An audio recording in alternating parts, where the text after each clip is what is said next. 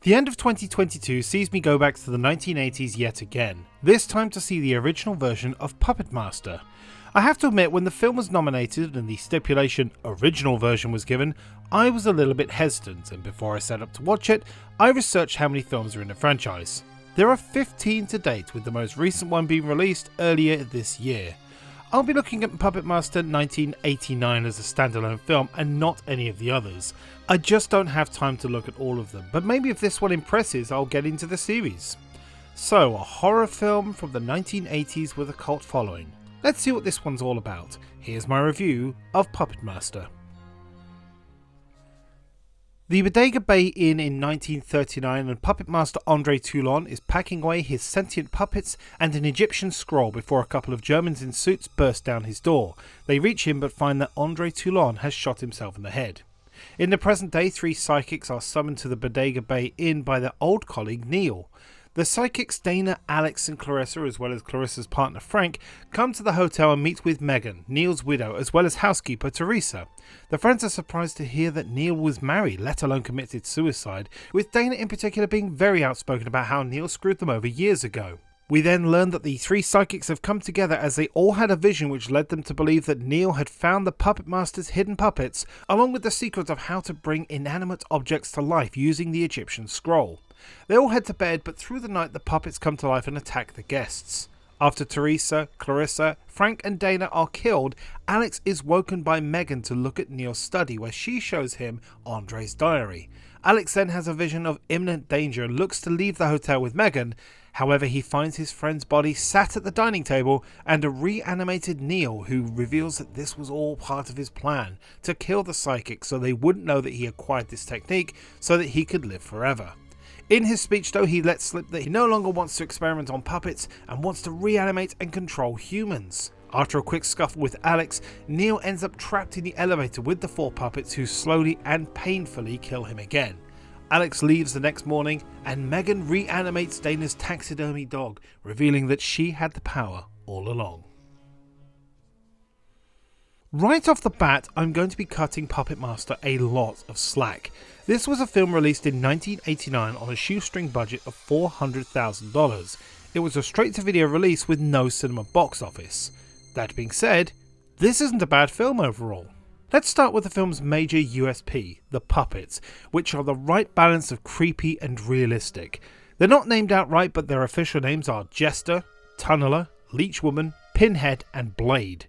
They all have unique ways to attack or kill, so none of them feel redundant, except for Jester, who aside from a spinning head and expressive face doesn't seem to do anything.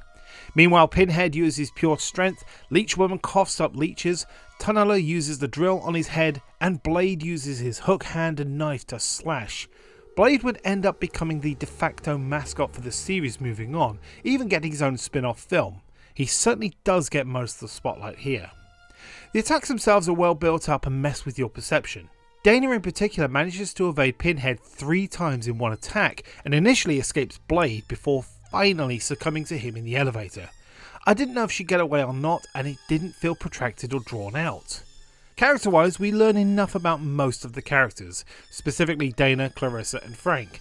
Alex could have used a bit more fleshing out, Neil as the main villain is very undercooked, but Megan to me feels the most underdeveloped of all. I get the feeling she's supposed to be the audience stand-in character as she points out plot relevant questions, but otherwise all she seems to do is tell us about Neil. We don't see anything in the form of, say, a flashback, which would have been a useful plot device. We learn nothing about Megan until the very end of the film. The other character quirk I wasn't that into was the dynamic between Clarissa and Frank. I think the writing was just looking for excuses for gratuitous nudity, and that really wasn't needed in my opinion.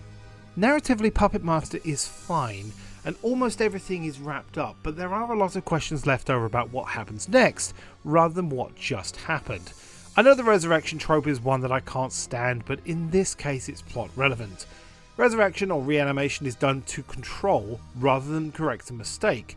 Neil states that he resurrected himself somehow, but then it's established that Megan has this power.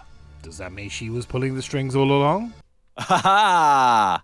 I also would like to know what happens to the puppets now. After their final scene, they just disappear. Maybe the sequels answer these questions, but as a standalone, it just leaves a little lacking. But overall, the plot is mostly satisfying as a standalone film. Acting wise, I've seen better, but I've also seen a lot worse. If you're going into this film looking for an acting masterclass, you've kind of missed the point of this type of horror film. I will credit something I don't normally though. The camera work is really good. I love the tracking shot, shout out to NTD Films, showing the puppet's point of view as they scamper across the floor. There is no way Blade travels as much as he does though without getting seen though. Also, the huffing and puffing implies that these puppets breathe and so therefore have working organs. That's probably me overthinking it though. I have to admit I didn't really take a lot of notes on this one. This is by far the smallest film I've had to review for the Film Review Open Challenge so far, and in all honesty it was quite nice to take a break from the big budget overproduced films to review something simpler which doesn't aim too high and scratches an itch for a low budget cheesy horror movie. Does it need over a dozen other films? No, but I come away from this one actually recommending Puppet Master to horror fans. If you like it, maybe check out the rest of the series. But you could certainly watch the original one with no strings attached. Coming up next on the Film Review Open Challenge is Creed 2. For now though, thank you very much for watching.